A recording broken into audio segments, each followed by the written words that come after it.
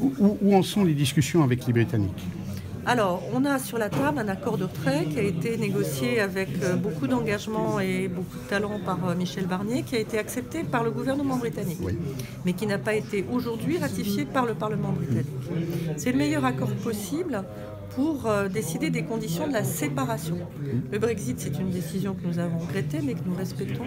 Et ça fait 2 ans que tous ensemble, les 27, avec Michel Barnier, nous avons tout fait pour mettre en œuvre cette décision du peuple britannique de la manière la plus ordonnée possible pour pouvoir se séparer à l'amiable. Oui.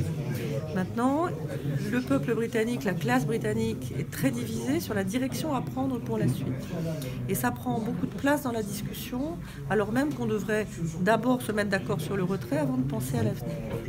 Theresa May nous a demandé si on pouvait renégocier les situations de dernier recours sur la frontière irlandaise. Nous lui avions dit que non, parce qu'elles correspondent à toutes les préoccupations communes que nous avons, la paix en Irlande, mais aussi l'absence de frontières physiques entre l'Irlande du Nord et la République d'Irlande, et la protection des entreprises européennes. Elle l'a compris, elle nous a dit qu'elle ne rouvrirait pas l'accord de retrait.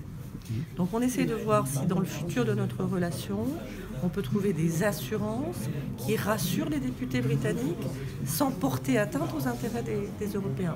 C'est là-dessus qu'on travaille.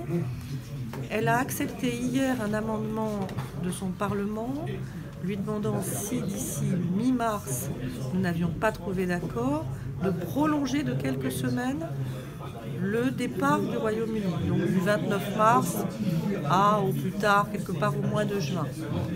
Nous ne sommes pas fermés à cette idée, mais il faut qu'il y ait une bonne raison, c'est-à-dire une proposition britannique ferme, soutenue par une majorité du Parlement britannique et acceptable pour nous. Oui. À ces conditions-là, nous n'avons pas de raison d'être rigides et de refuser quelques semaines.